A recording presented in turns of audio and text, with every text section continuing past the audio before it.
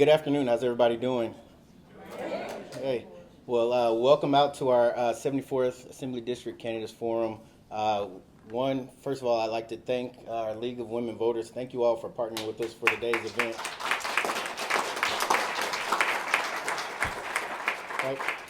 So y'all know my name is Johnny Wilborn. I'm the Vice President of the San Diego Alumni Chapter of Alpha Phi Alpha Fraternity Incorporated.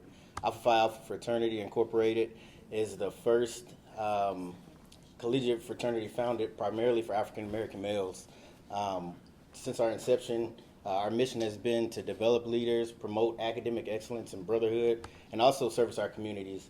Our Voteless People, Hopeless People program is one of our primary initiatives, our national initiatives, and that's really how we support the community, make sure that we're passing on our important voters information from our candidates, and make sure we're getting people out to the polls to vote for things that really affect our community. So thank you all for coming out. We really look forward to hearing from both of our candidates, and make sure you all continue to pass in questions. Thank you, Johnny. And as Elizabeth Brady, the member of the League of Women Voters who gets to moderate this event tonight, I can't say thank you enough to Alpha Phi Alpha, First Among First. It's great to partner with you, and it's a great event to see the community out like this. A little bit about the League. We are a nonpartisan grassroots organization working to protect and expand voting rights and ensure that everyone is represented in our democracy. We empower voters and defend democracy through advocacy, education, and litigation. Thank goodness I'm not the one who has to do all the advocacy because I can barely say the word.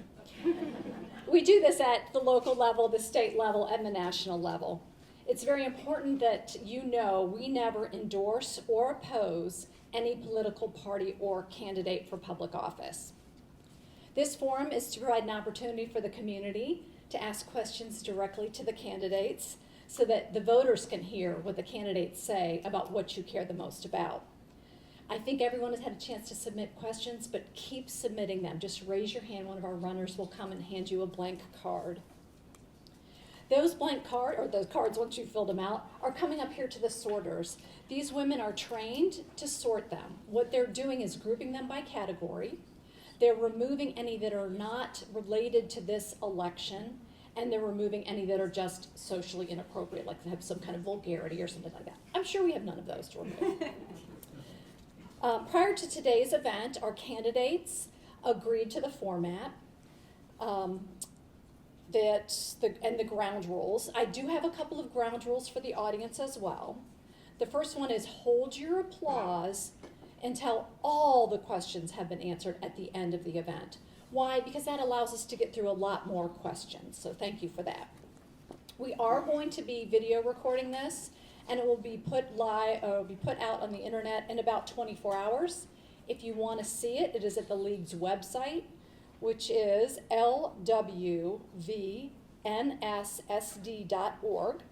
This is the only recording to be made. That's the second rule for you all. If anyone wants to use that, you need to ask the League for permission so we can give it to you in writing in advance. Tonight, I keep saying tonight, you can tell I normally do these at nighttime, right? And I've heard for the candidates, this is their second or third event already today, so they are probably sympathetic with that. So this afternoon, we're going to hear from Lori Davis and Chris Duncan. They are running for a 2-year term in the California Assembly District 74. Here's the way this is going to work. I'm going to give them 2 minutes for their opening comments. Then we're going to go to the question and answers that you guys have provided. Generally, they're going to have a minute to answer, but if it's something really meaty, I may give them more time, or if it's a speed round, I reserve the right to throw a yes or no at you. How are they going to know when they're running out of time? We have a timer in the front row who's going to hold up paddles to let them know when they have 1 minute left, when they have 30 seconds left, or when the stop sign comes out. When the stop sign comes out, they're going to complete their sentence, and then we're going to move on to the next question. So let's get started with the opening statements. We did a random draw prior to the start of this, and the first candidate to speak will be Lori Davies. Thank you. Good afternoon, everyone. My name is Lori Davies, and I'm your state assembly member for the 74th District. I was elected in 2020 and re-elected in 2022. Prior to that, I served 8 years on my city council, two-time mayor, and I've had a business for over 25 years. I do want to do a shout out right now for Zeta Sigma Lambda, as well as the League of Women Voters. Thank you so much for putting this on. You know, I'm proud of my record. I've been able to work with my team, and we've had 19 bills put into law, signed by the governor. But we made sure that these were bipartisan bills. So I went across the aisle and said, you guys, let's make this the perfect bill where everybody supports it. And all 19 of those bills were 100% consent approving of all my bills. And that's how we make good policy for California. I've also been asked to be part of the Problem Solver Caucus. And what that is it's a Problem Solver Caucus that has both Democrats and Republicans. And we come to the table for good common sense solutions. We know that the issues that are coming up there, we want to mitigate them, and we want to make, again, that everything is for them. Unfortunately, California is no longer affordable. We can't afford to put gas in our car. We can't afford to put food on the table. We can't afford to pay rent. And that dream of being able to buy a house is way out of reach. We also have to make sure that we're safe. And when I talk to a lot of people in my district, they don't feel safe anymore. Unfortunately, there's been some dangerous policy for the last 10 years. Policy that made sex trafficking a child, and we're talking a minor, just a misdemeanor. We were able to actually get that passed this year, bipartisan across, so I was very proud of that. I think it's really important, though, that we have to make sure our kids aren't falling through the cracks. We have to make sure that we set them up for success, that they have the opportunity to get the best education. It shouldn't be determined by where they live or their zip code. We have to make sure they have jobs so they can stay here. I want to make sure that we work together to build a better state. And I always tell people when I walk in is, leave your party and your politics at the door. We're talking policy. That is what makes California. I appreciate your time. Thank you. Thank you. Candidate Duncan. Can I just talk like this, or do I need the mic? Can you all hear me? We need the mic. Okay, all right. Okay. Good afternoon, I'm Chris Duncan. I'm a former border prosecutor, mayor of San Clemente, and a dad of 3 kids. Now, I was close to the Pentagon when the plane hit. I lost a roommate, actually, in 9/11. So after that happened, a tragic event for our country, I decided with a patriotic spirit to join and help defend our country against attacks like that. That's where I got my start as a border prosecutor. So, as a border prosecutor, I secured our border from dangerous people, worked with Border Patrol agents to keep dangerous things and people out of our country. And I was able to rotate in as a prosecutor, and I prosecuted drug smugglers and child sex traffickers so they can't get into our neighborhoods and hurt our kids. Now, after 16 years at Homeland Security, I wanted to help protect our local community, right? So I ran for city council up in San Clemente. Used to live down here, but I was up in San Clemente raising my family. And I was able to get elected, and as local mayor, I hired more police. We reduced homelessness by 23% in just 1 year. You can ask me about that if you have a question. And I got $10 million in federal funding from our Congressman Mike Levin to help protect our beaches. Now, everywhere I go in our district, from Oceanside, Vista down here, through Camp Pendleton, up into Laguna Niguel, where Lori's from, I hear the same thing from folks out there, from voters. They're looking for a change. They're hurting. It's expensive, and they're having a tough time. And they're looking for a change. They don't like the status quo. But more than anything, they want an assembly member who shares their concerns and shows up for work.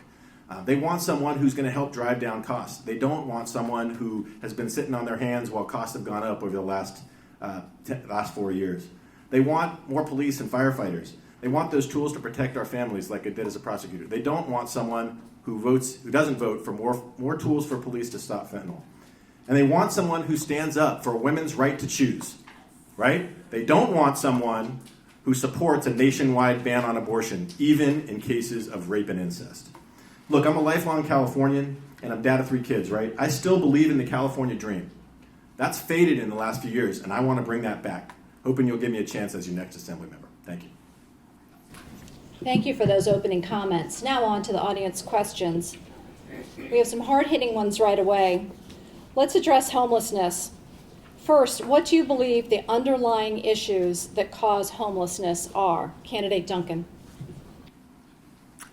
Well, actually, the number one reason is economic reasons, right? Contrary to popular belief, the number one reason for homelessness is actually the high cost of housing, and people just can't afford it. So the best way we can actually stop people from becoming homeless is to support them and keep them sheltered and keep them housed through utility assistance and rental assistance and other programs like that. But there are also folks who become homeless because of other reasons, right? Severe mental illness, drug addiction, Those are our chronic homeless that people notice more, and those are the ones in San Clemente that we were able to get off the street through our program. We rejected, by the way, some of these expensive state programs that would have cost us money and that don't work, and we went for programs that work in a bipartisan way, by the way. I'm the first Democrat ever elected in San Clemente, right? So I'm working with Republicans. Together, we got a program where we hired homeless outreach workers, connecting those chronically homeless to the services they need, services with housing, not just housing, services embedded in the housing, right? People there to help them get by. And that's how we were able to reduce homelessness by 23% in just 1 year. Thank you very much. When we look at homelessness, I think the first thing we have to do is also look at where the money's going.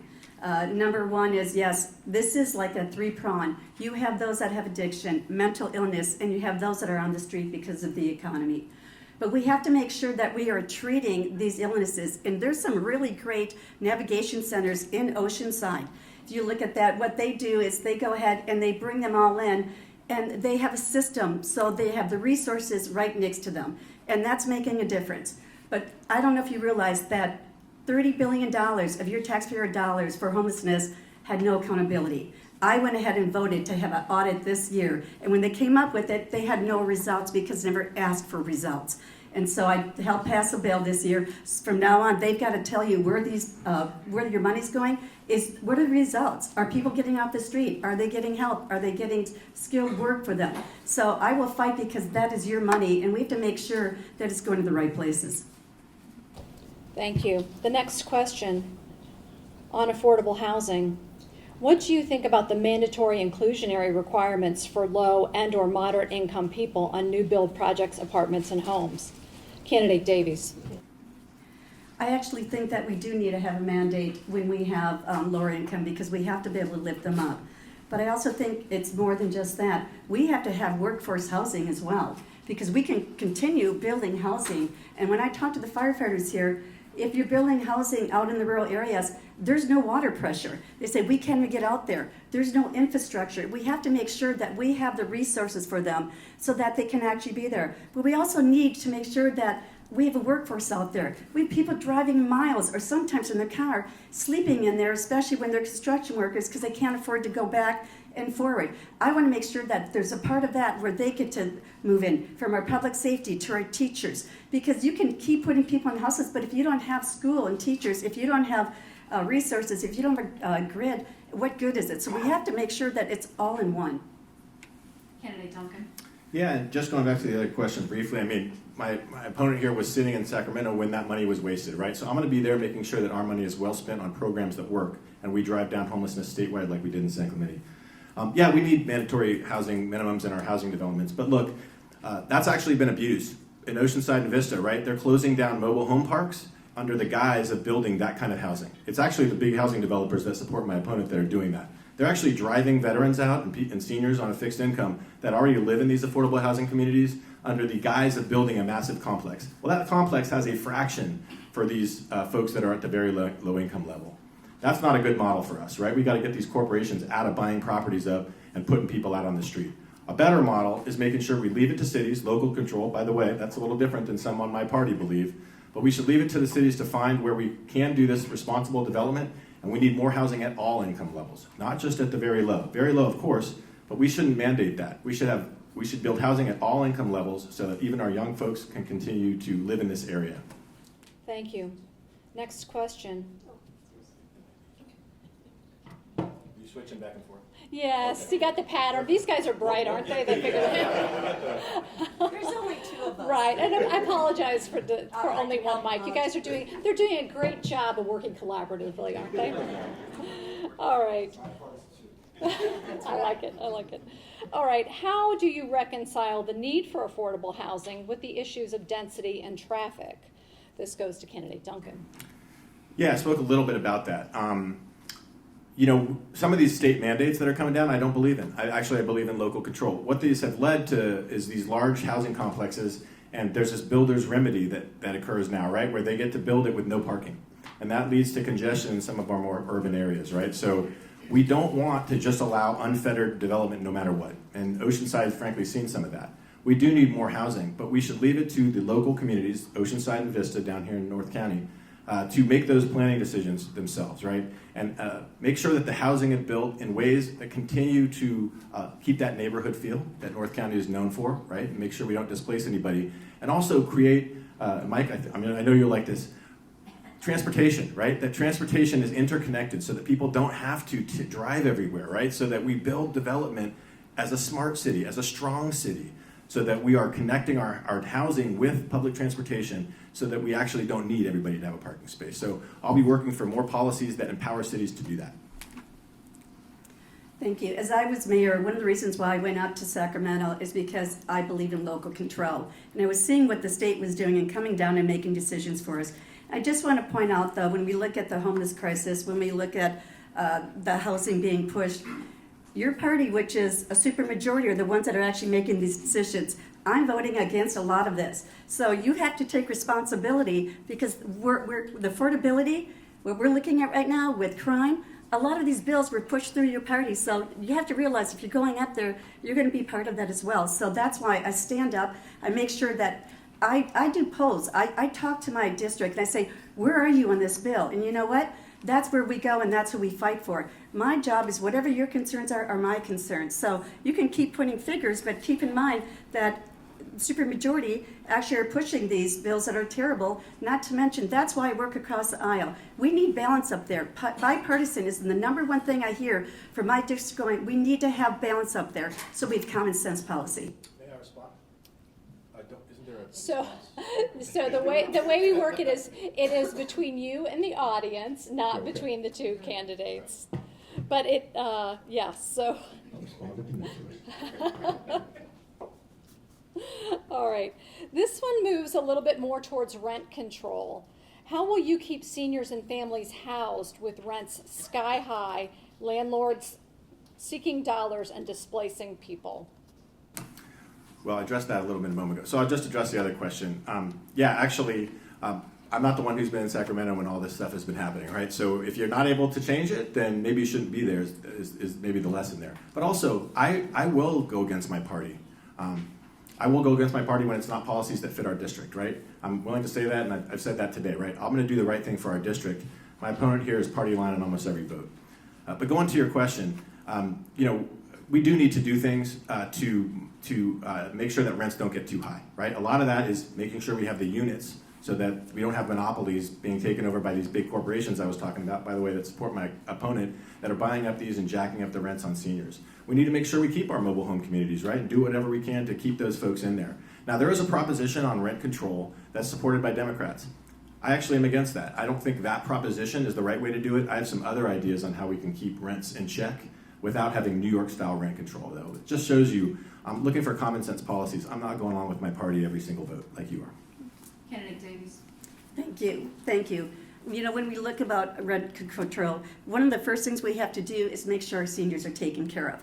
We have to have tax credits for them. And I believe that we have to make sure, even though it's federal, we are protecting Medicare and Social Security so that you can count on that. And we have to make sure that is actually balancing up with inflation. But I think that we have to make sure that everyone is taken care of here. And again, as he talks about bipartisanship, I talk about bipartisanship. I co-authored 750 bills of the Democrats because they were good bills, and they co-authored all mine. So you can keep saying things like that, but be factual. I want to take a beat and remind everyone that we did sign guidelines before we joined this forum. And one of the things we signed to is that to remember this is not a challenge of your other opponent. It is a chance to dialogue with the voters. So I want to make sure we're keeping it in that kind of spirit, okay? Okay. Thank you for that. Thank you for that. All right, a question on education. What is the best way to bridge the literacy gap in California? We start with candidate Duncan. Yeah, I think I can especially speak to this as a product of California Public Schools and the son of an Oakland public school teacher who taught at-risk youth in Oakland, and the father of 3 kids in our public schools right now. And the best way we can do that is to get more money into our public schools. Every single kid, by the way, deserves a neighborhood public school, right? A public school in their neighborhood that they can walk to that represents their community. This idea that we start charter schools and bus people across the city, that doesn't work. right? Those schools have not proven to be better. We need to make sure, and by the way, this is why I'm endorsed by classroom teachers, because I believe in public schools. And I know if we fully fund them, we give every kid a chance from every neighborhood in Oceanside, Vista, and throughout our district a chance to get ahead. The best thing we can do for our community is to invest in our public education. I'm 100% behind that, and that's why I am supported by all of our education unions and associations. Candidate Davies. Thank you. Literacy is definitely, I think, one of the biggest concerns. I just had a literacy event this morning, and we were in Vista, and it was amazing because almost 30% of our kids are not literacy proficient, and that's not okay. We brag about that we're the 5th largest economy, but our kids can't read.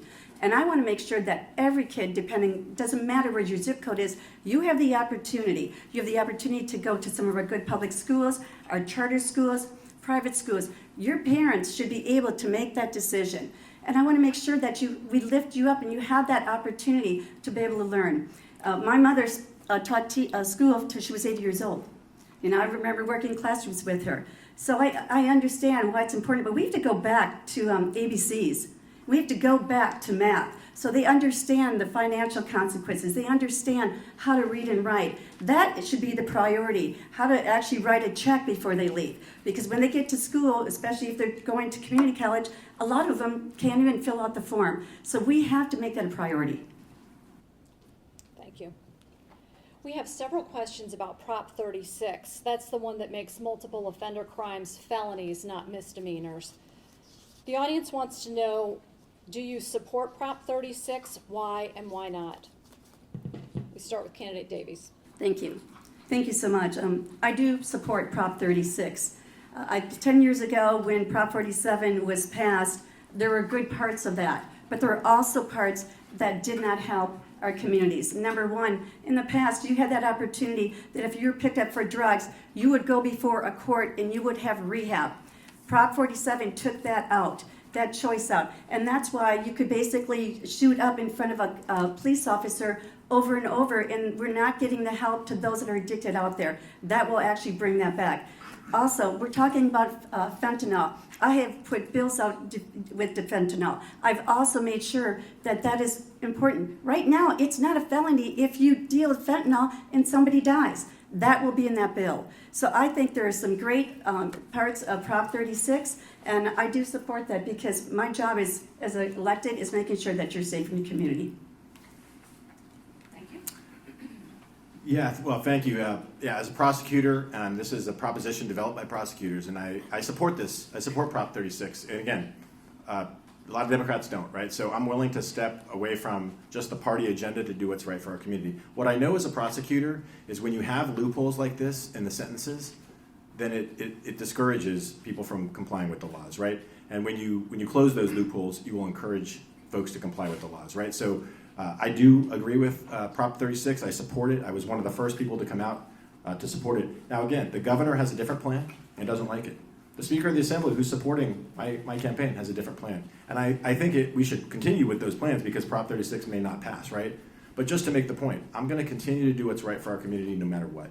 And I know that when we strengthen these laws, we do make our communities safer, especially in retail theft and drug dealing. And again, these were exactly the folks I prosecuted and put away when I was at Homeland Security in San Diego.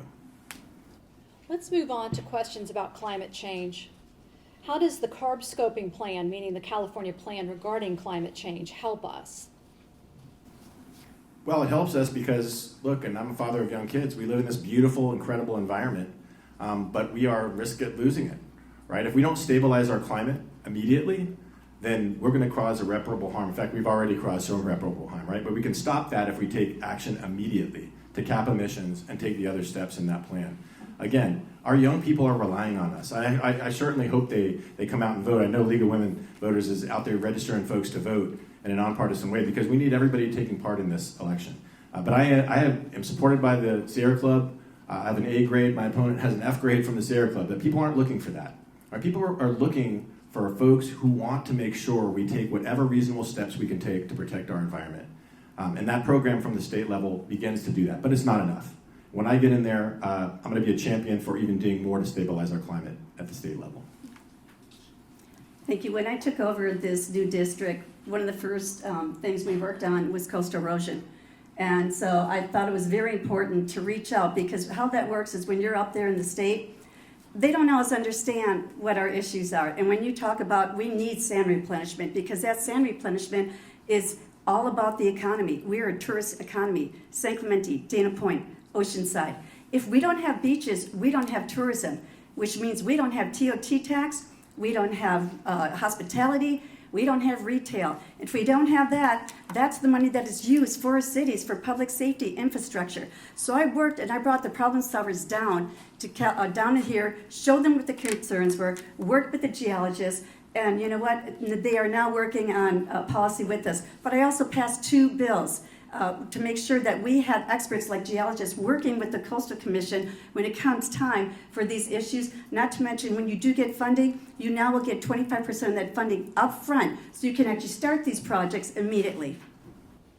Let's get a little more specific on climate change. What is your plan to help moderate and low-income communities and families move into more sustainable homes and businesses? I heard a question. I think I asked, or there was a request to me to repeat. Yeah, thanks. That's what I meant to say. I'll try it again. So, what is your plan to help moderate and low-income communities and families move into a more sustainable home and or business? I supported this year the renter tax credit, because I know how tough it is out there. And right now, it's so important that everyone has an opportunity to, first of all, have a place to stay, making sure they're putting food on the table and making sure they're putting gas in there. But I think we have to make sure that we have this jobs opportunity as well. It all comes together. You have to have jobs to make sure that you can be living here. We have to make sure that the protection, and I think when we're talking about housing, we have to make sure it's common sense housing. One size doesn't fit all, and that is a problem up in Sacramento, that you're having policy push from San Francisco and LA, and they want high density. We understand how to do housing. Let us do it our way. Who knows better for what belongs in your city? It's you. So we work together and we make sure common sense housing is coming in, and affordable housing, and there's tax credits out there to be able to give them that first start. Well, first of all, I want to say for the last question in this one, the reason that you actually don't hear an addressing of the actual question about climate is that they're supported by big oil, right? Polluters, and the folks that are causing our climate crisis. So my opponent doesn't want to talk about that, but I'll talk about it, right? How do we get low and moderate income folks into sustainable housing and small business people into sustainable housing? We create a subsidy program, right, that allows folks that are starting a business, or that are thinking about purchasing a home, to be able to install those sustainable aspects of the home, be that solar or other climate-friendly aspects of the housing, right? So you have to create an incentive for folks. If you want, just like with the criminal side, right? If you want to create a disincentive, you increase the penalty. If you want to create an incentive, you create a tax credit for folks to build and live in those sustainable housing developments that actually protect our environment in perpetuity. And again, sand is a different issue. By the way, it's interesting to bring up sand. Well, I got $10 million from Mike Levin for sand in San Clemente, $0 million from my opponent for our community for sand replenishment. So, We have questions about access to affordable health care. What can you do in the California State Legislature to improve access to health care for women and others? That's you. Yeah. Sorry, candidate Duncan. Well, thank you for asking that. Yeah, I've got the Planned Parenthood pin here, right? So I'm supported by Planned Parenthood, not so on the other side. Look, I believe in a women's right to choose. I was a mayor of San Clemente when a right-wing extremist city council member, actually it was back in my opponent, tried to pass an anti-choice resolution in San Clemente. An anti-choice resolution in San Clemente. Outlaw Planned Parenthood. Not let women choose their own health care. Can you believe that at the city level? And I stood up with women, by the way, bipartisan collection of women and men, to oppose that resolution, right? To stop that in its tracks. What I made sure was women don't get treated like second-class citizens. They get to make their own healthcare decisions, right? People don't want someone who supports a nationwide ban on abortion, even in cases of rape and incest. They don't want someone who votes against Prop 1 to put the right to abortion in our Constitution. And they don't want an assembly member who supports having out-of-state government officials investigate California women for even seeking reproductive health care. Thank you very much. Obviously, Prop 1 was on the ballot 2 years ago, and the people spoke. And as a legislator, it's my job to make sure that we uphold the law. But we need to move forward. And what I'm doing now is making sure that every woman never has to make that decision, do I keep the child or do I need to leave the child? And for me, that's making sure, which I've been supporting, making sure there's contraceptive there for everyone, that the resources and the tools are out there, because no woman should ever have to make a life decision like that. Also, the women that, you know what, want to keep the baby, but financially I can't, that is our job as well. We have to make sure that we can make sure they've got the right health care, which I've been voting on, making sure that they have, they've got training, making sure that they can afford to put their kids in daycare. We need to move forward, and that's where I'm protecting women to make sure that they've got all the tools, whether they want to, whatever their choice is. Their choice is theirs, but we need to make sure now that they can do that. I have a challenge to you candidates. Let's do our best not to use language like my opponent. Let's focus on what you plan to do and what you've done versus trying to critique the other person. So thank you for that. Thank you. Okay, so moving on to safety. This person says, I feel safe. What does safety mean to you? Is it a perception issue? This goes to candidate Davies first. Thank you. I can tell you that safety means a lot to everyone. Safety means making sure that they can drop their kids off at school and know that they'll come home safe. Safety is walking into your job and knowing that you're not going to have people smash and grab and you putting yourself at stake. Seniors, closing their door and making sure they're safe, no one's coming in or someone's breaking their life. Safety is different to everyone. But the bottom line is, if we don't have safety, we don't have anything. That is peace of mind. If you don't have safety, you're not going to have a business. Safety affects everything. It affects your kids' education. It affects your business. It affects your day-to-day. Safety has always been a priority, and that's when you take that oath, no matter what office, it's always safety comes first. That is our job as legislators. Safety first, so that then we can work on good policy from there. Candidate Duncan? Well, thank you for bringing up the school issue, because I'm a parent. I have to drop my kids off every day at school, and I have to worry about somebody with a gun coming to that school. Right? No parent should have to think about that. That's why I proudly have an F rating from the NRA, by the way. Safety is something we can do something about, but you have to show up for the votes. You have to show up for the hard votes. You got to make sure you commit money so police can stop fentanyl from coming into our community. You can't miss that vote, right? I worked in law enforcement my whole career. I was a prosecutor. I worked on the border. As mayor, I added more deputies. I added more park rangers, right? I did things as a practical matter to keep us safe, to change that perception, because perception is reality, right? So we can do things, but we have to act, not just rhetoric. We actually have to act and deliver resources back to our district. And when I get to the assembly, I'm going to fully fund police and fire, kind of things I've been doing in San Clemente, right?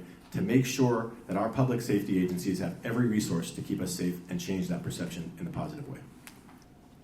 The audience is looking for even more concrete fixes. They want to know what you can do to focus on communities being made safer versus blaming poor communities for safety. Candidate Duncan. Well, actually, that gives me a good opportunity. You think about the concept of justice. And again, I grew up in a lower income class, lower middle income community in Oakland, California. Very diverse, a lot of crime. Safety and justice aren't just locking people up, right? Safety and justice are every member of the community gets to feel safe. Even that low income person, even that person with very few options, right? That's what we need to keep in mind. We need to make sure every member of our community feels that there's a justice system working for them, and there's not.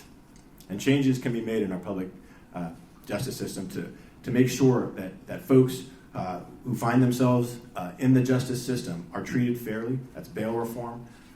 That's other programs so that we can get folks, when they get out of serving their sentences, to not a free offend, because they've been given the training and they've been given that chance to start a life, right? So I want to work on those programs, right?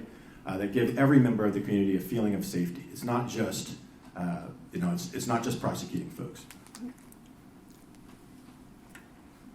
When it comes to safety, we have to make sure that we have the funding in our community.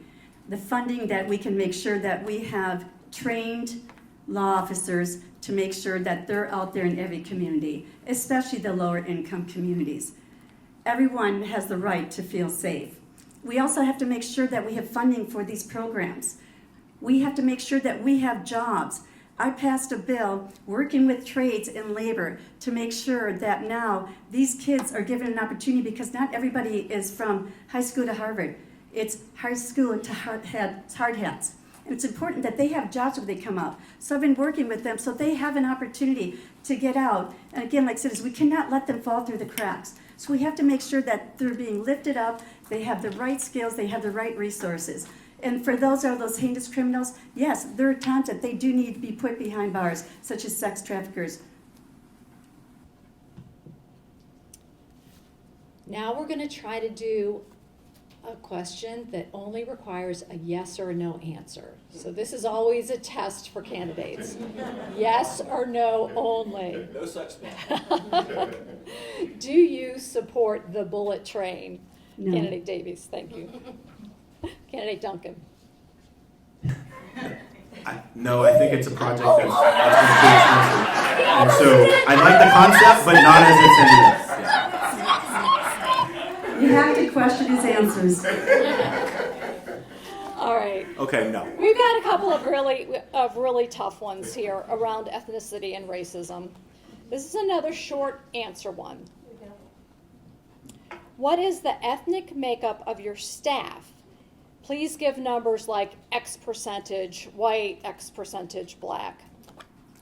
This is not a yes or no question. No, but it's still short answer. Oh, okay. They want to know the facts about the ethnic makeup of your staff. Well, we actually have a pretty streamlined staff of campaign folks, but we have a incredibly diverse 15-member staff of canvassers who are out in the community. We have women, we have Latino folks, we have older folks, we have younger folks. We have Asian folks. We have people of every different race as a member of our 15-person team. And the reason I love that is that's our face of our campaign. That's who's knocking and talking to voters and sitting on their porch, looking in the eye and saying, this is what our campaign's all about. So we've got pretty much everybody. Our campaign is pretty much the same.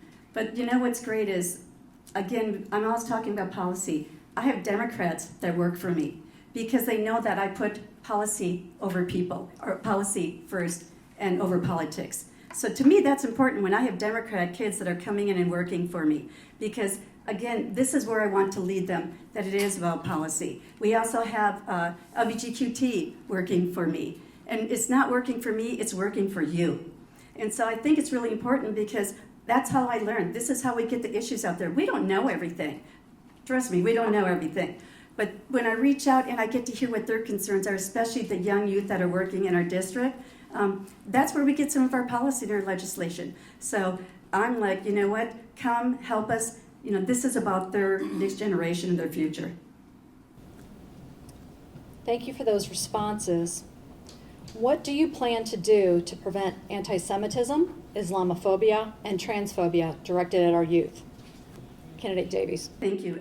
I think obviously number one, it's about education and making sure that our kids are informed and they have an understanding. And so we have to make sure that we are actually, having classes like this. And I supported all the bills to make sure that they would go back into the school and they would have the history. I think it's important that our kids understand the history, because without the knowledge of the history, they don't understand the future. And I think we were all, we've all lived quite of this, but a lot of our kids have no idea. So information is number key. Well, I certainly wouldn't support the trans student outing policy that some others on this stage may have supported at our school level, right? I believe that relationship between the parent and the child is sacred, and we shouldn't have teachers forced to get into the middle of that, right? The battle is being fought at our school boards right now, by the way. And so some may support that, but not me. I stand up for those kids. And by the way, in the wake of the October 7th attacks, I stood up for the Jewish community as well, and our local Chabad, right? Even though some in my party may have not felt that same way, I saw that there were direct anti-Semitic attacks happening to Jewish people in our community. Jewish people, by the way, who've stood up in the civil rights movement, right, for black folks, who've been there every step of the way for women and other groups, and have been probably subjected to more harsh discrimination than almost any other group. So they deserve to be stuck up for too, right? And so I came to their defense, and I took some hits for that, from my own party. But look, I'm at the forefront of standing up against these kind of attacks, and I'll continue to be in the assembly. What does DEI mean to you, and is it necessary? Candidate Duncan. Well, it stands for diversity, equity, inclusion, so I passed that test. Yeah, I mean, look, again, I grew up in Oakland, right? Very, very diverse neighborhood. I was a minority, frankly, at my public schools growing up. And it's important. It's important that our students get the full range of our history, right? That they learn every aspect. And that's what DEI means to me. It just means that there's an all-encompassing program that nobody gets left behind, right?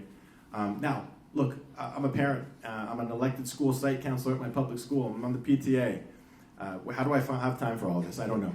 But I stay very engaged in the school. And that's because I want to make sure we're teaching the curriculum right too, right? I want to make sure we're hitting all of those notes. But we can do both, right? We can teach math, reading, and all of those practical skills. And at the same time, we can make sure that our young people have a full understanding of this nation's histories, including the bruises and the spots that we wish weren't there, right? Because we don't want to make the same mistakes again. And that's what DEI helps provide us. Yes, it does, and that's why it's so important that we have education. And we need to have education like this starting from K all the way up to 12. Because if we don't understand and look at our mistakes in the past, how are we going to do better? That's how we don't make those mistakes again. And I think this is also an opportunity because we have such a diverse district here where they can come together and everyone can feel like they belong. To me, especially with these kids growing up, this is not the best world. It's tough for them right now. And the last thing we need to do is have them feel like they don't belong. So this is where we teach them empathy and compassion and understanding. And you don't point fingers. What you do is come into my group and let's talk. I think, children are great because they love everyone. And yet sometimes our world gets out there and people start pointing fingers at and labeling people. And we have to stop putting labels out there. That does no good. Switching gears, this voter wants to know, how much are you willing to invest in the state budget for the electrification of all communities, not just affluent communities? Candidate Davies. Thank you. I think we first have to look at our budget and make sure we have the budget to do that. EV is a great option. But one thing that we're talking about is we're talking about the big oil. We have to remember that there are thousands and thousands of labor jobs, people that live in our district that work for these companies. And we have to make sure that everyone can afford to have an EV. How many can afford an EV here? Okay. That's probably about a third if you're lucky. You know what? We have to make sure we don't become an elitist society. We have to make sure that we can afford to be able to have a combination of everything. But right now we don't have the grid to actually do that. We don't have the money for people to have their own storages. So this is a great start, but we have to make sure we're not eliminating everything else because we can't be putting the cart before the horse. But we're working with other types of energy as well. There's hydrogen, there's solar, there's lots of things that we can do. So let's just not make it one. We need to make sure it's affordable for everyone. Well, I think that answer is I wouldn't invest anything in electrification. That's how I understood it. Well, we need to do that, right? We're in an existential crisis here, right? We're way past, minor damage. This is irreparable harm to our planet, right? We're not going to be able to continue to live in this planet unless we make a major change. And frankly, electrifying our communities is an absolutely necessary part of that. I don't know if you saw, there was just a news report that said that air emissions in California had drastically improved over the last 5 years, and it was attributed to EVs, right? So we can do this. What you hear over there a lot of times is the reason that we can't do something, right? Aren't you tired of hearing politicians tell you can't do something good for our community? We just can't do it. No, we can. We can. We need a fighter who gets up to Sacramento and makes it happen for us, right? And those communities, by the way, those lower income communities deserve just as much of access to this electrified economy as everybody else, right? So we need to make sure that we create charging stations even in apartment buildings and lower income communities so everybody can have access to an electric vehicle and help us get that cleaner world we deserve. Thank you. We have a couple questions about casinos and local card rooms. What's your position on allowing tribal casinos the right to sue California? Candidate Duncan. I oppose that. That's not necessary. Wait, what was the question again? What is your position on allowing tribal casinos Oh, yeah, the yeah. right to sue? Yeah, they don't need that. In fact, they're already protected already, right? So you're opening a Pandora's box. Look, I stand with our local card rooms, right? A local employer employing lots of folks in Oceanside, well-liked by the Oceanside community, integral to the revenue of Oceanside. The local card rooms allow Oceanside to do so many public benefits, right? We should stand with our local businesses. We should not give another tool to wealthy tribes so they can come in and put our local card rooms out of business. That's absolutely the wrong way to go. I'm opposed to that. That probably separates us. But I believe in supporting our local businesses, our local workers, and our local community, not supporting rich, out-of-district Indian casinos. So that everyone knows, this was actually a bill that was voted on the floor probably about a month ago. And I supported the tribes. Reason being is, this isn't touching labor, this isn't taking their jobs away. What our first people of California wanted to do is have the right to go to court and say, listen, you are giving us, you voted to be able to give them the opportunity to do certain games and to do slots, all of this so that they could take care of their own community, because that money is what pays for infrastructure and pays for their schools. All this does is give them the opportunity, a one-time opportunity, to ask the judge, are the card rooms following what they're supposed to be following? And if they're not following the game, then it can be removed. But you're not going to look at anyone losing jobs right now. Not to mention, that was put on the floor. Every single assembly member, both Democratic and Republican, supported it because it was the right thing to do to allow them their day in court. And keep in mind, there are a lot of people that live in this district that work for these casinos, and are making a good living and being able to raise a family. I would have opposed it. Yes, I think you can. All right, let's. I have had the unfortunate situation of once before in my career to have to shut down a forum. I do not want to make this the second one. Thank you.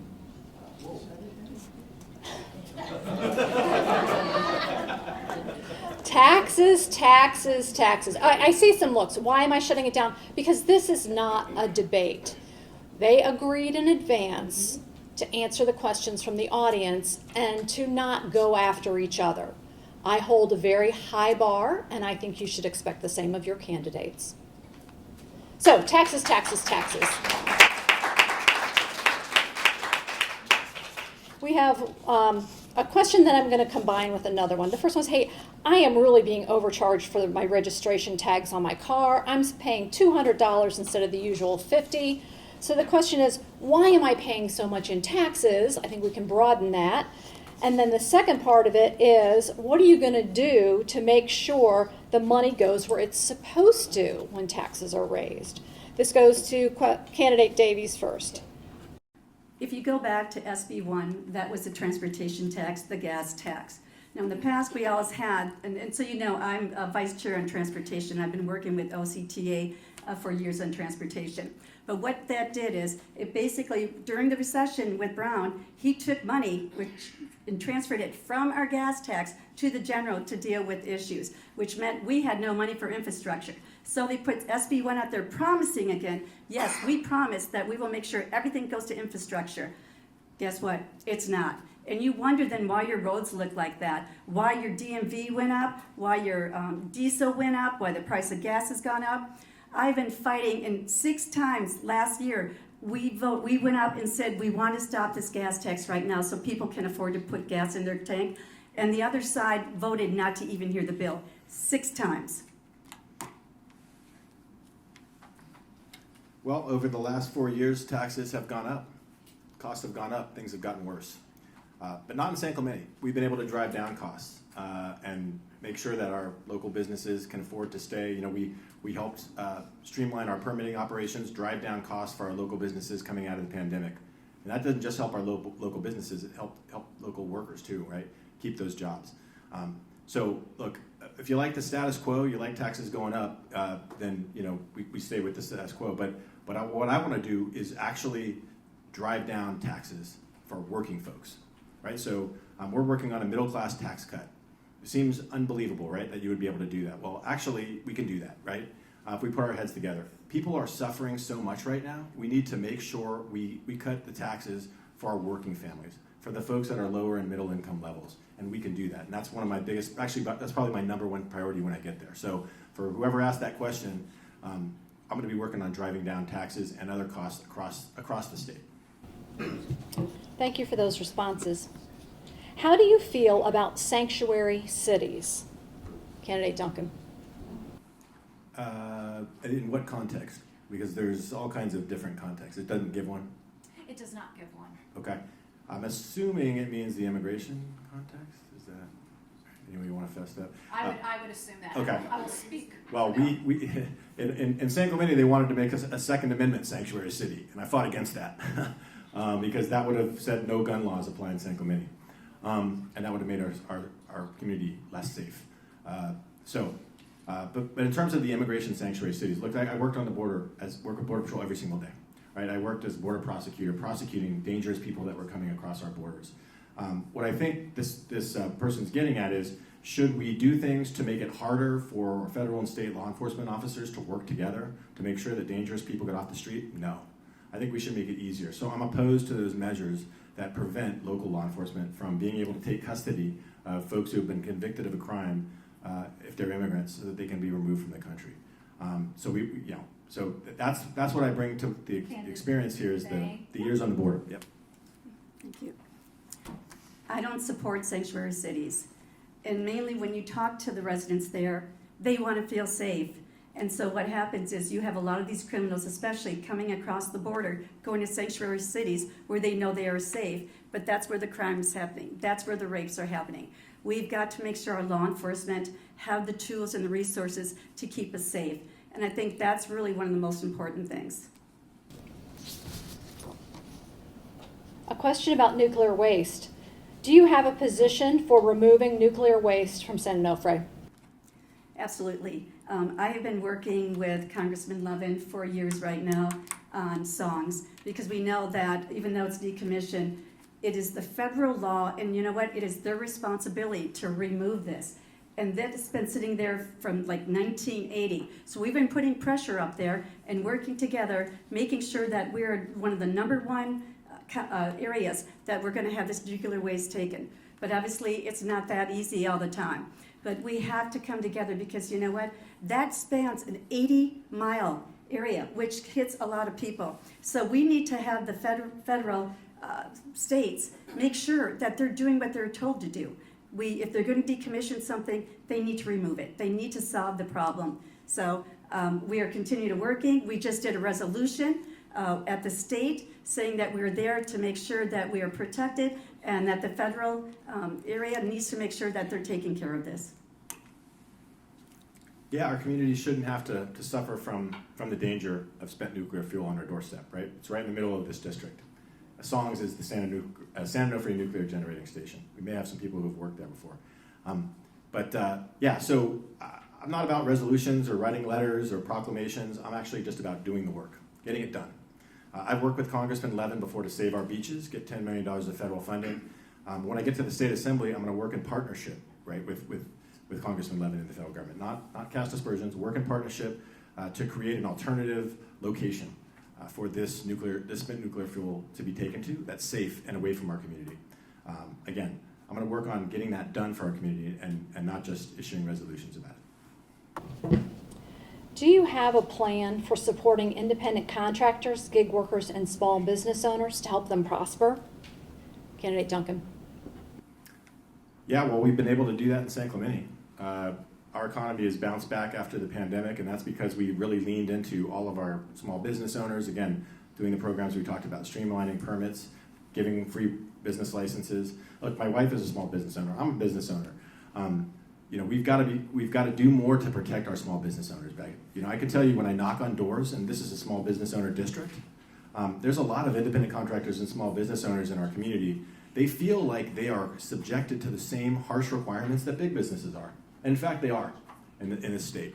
They have to jump through so many hoops. It's economically infeasible for these folks to be able to start businesses. So I want to support more women-owned businesses, minority-owned businesses. And the way you do that is by lessening those requirements on those businesses, right? Not treating them like big businesses and setting those high requirements, but actually tailoring the regulations to the level that they're at, right? To the size that they're at. And that's one of the biggest things I want to work on. And that, again, I hear from voters every single day when I'm knocking on doors. I think when you ask that question, we have to remember AB 5. And AB 5 basically made if you were an independent contractor, and there's a reason why we call ourselves independent contractors. My business is independent contractor because we choose to do our job, we choose to pick our hours, and we understand we may not get benefits. But you know what? There are so many, especially when talking Uber and this, where these families are out there, these parents are driving, and when I'm talking to them, they're like, I'm doing this to pay for my child's wedding, or I'm doing this so that I can help my kid go through school. And so putting the limit and saying that, you know what, you have to now, if you have a small business, I have to sit there and make sure I have health care for 5 people. I have to make sure that, all the benefits are there when I can't afford this. And that's where we lost almost 3 million jobs when this went into effect. We have to allow people to be able to do their job, but we also have to make sure they have tax credits so that they can write this off. Again, it is not easy to be a small business owner. 80% of our businesses are small businesses. So we need to work with them and make sure that they have every opportunity to be successful in this state. Last question. And it's a chance for you to do a little bragging because we have several questions from the audience that want to know what you have done for Oceanside that you are specifically proud of. I would say with the opportunity to serve Oceanside, we've been able to help fund their lifeguards and our police because they didn't have the tools or the necessities that they needed to make sure that your area was safe. We also had fire station that we were able to fund as well. But I think the other option is coastal erosion. When I came down here, I got to sit there with the experts, and we were able to pass those 2 bills that are really going to make a huge effect. Also, working with your travel, because again, tourism is huge. So I think the other thing, and not talking always about money, but if you know me, I'm the hardest worker out there. I get in my car, and today I've got 7 events. And you know what, I make it a point to be everywhere I possibly can. I'm out there and I'm going to libraries, I'm going to small businesses and finding out what their issues are. I'm going to schools, I'm going to Camp Pendleton to see how can we help with the schools and the education there. I will go everywhere. I'm a Midwestern girl, and you know what? You fight very hard, and I fight for all of you. Well, as a former resident of North County, I got a special love for Oside. Biggest city in our district, right? So here's what I offer Oside. I'm going to show up. I'm going to show up for you, right? And I've been doing that. I've been showing up at Juneteenth events, showing up at NAACP events, right? Showing up at every different community event that I can think of. We have our campaign office in Oceanside, right? That was a commitment we made because this community is incredibly important to us. I personally get out and knock on doors of Oceanside residents, whatever their political party. I knock on Republican doors, doesn't matter. Stand on the porch, look them in the eye and say, hey, I value your position. I value your opinion.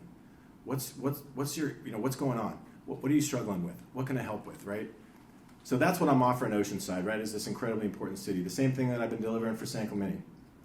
Fighting for you, giving you a chance, giving you hope, right, for a brighter future.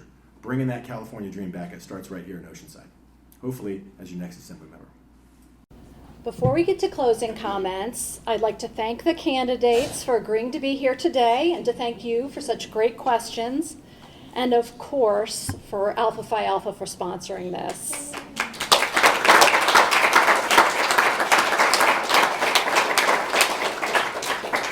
The candidates have done an admirable job answering questions so that you have a pretty good idea now of who to vote for on the ballot. And by the way, the ballots are getting mailed October 5th, so you should start to see them in a couple weeks. But when you get that ballot, it's not just candidates. It has all those thorny propositions on it as well. Well, I have good news for you. The League of Women Voters does a pros and cons on the ballot propositions. They are unbiased and objective. We go to great lengths to make sure the decision is yours. We're just presenting the facts. And we are very proud to be partnering with Alpha Phi Alpha to present them on October 5th, right here at 3 p.m. So we can go through all those ballot propositions with you.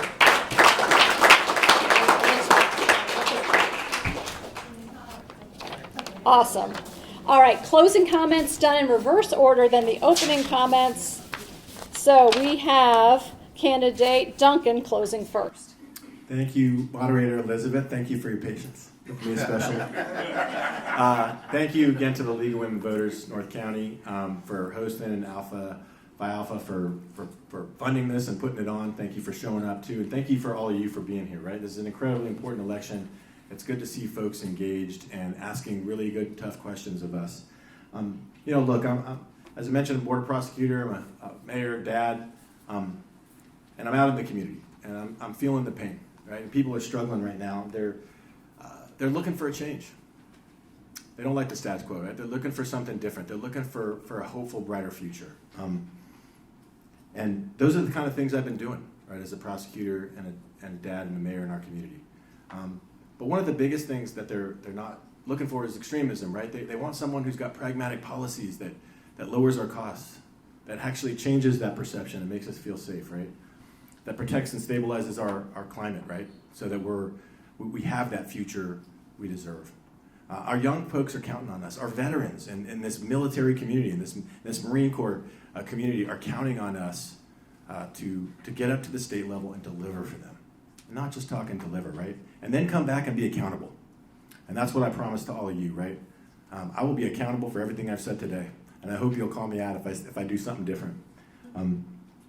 But look, as I look out into the community and I talk to voters every day, I'm encouraged.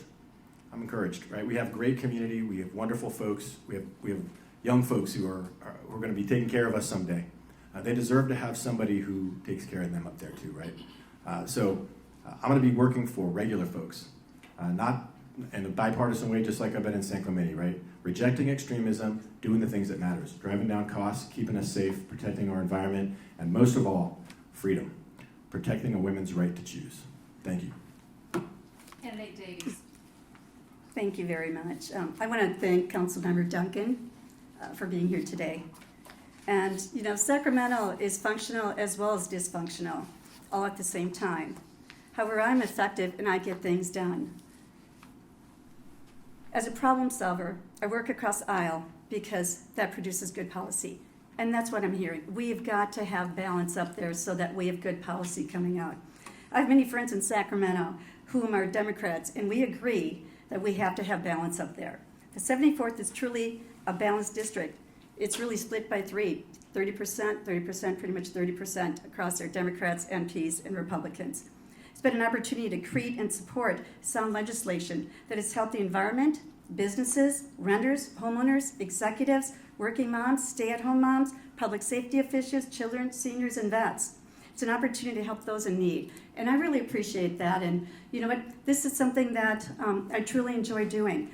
It's not an easy job, but I can tell you that, that I've had the opportunity to have Councilmember Duncan as a candidate and beat him 5 times. And there's a reason, because people actually do trust in what I do. They see action means so much more than words, because they can see that I'm out there working. If you watch where I'm going, I'm out there making sure we're covering everything, whatever that. I'm never afraid to talk about anything. My door has always been open. We have a campaign office in Oceanside as well, in San Juan Capistrano. But I wanted to let you know that what matters to you does matter to me. Your agenda is my agenda. It always will be. And I would love to have the opportunity afterwards, because there are a lot of things that were misinterpreted, and I'd be happy to clarify them for you, because you know what you deserve? You deserve truth. You deserve transparency. And if you can't trust that person and not believe what they're saying, then what good are they? So I really believe that, I've been there. My record shows for it. Thank you for letting me serve you. Now, let's give them all a big round of applause.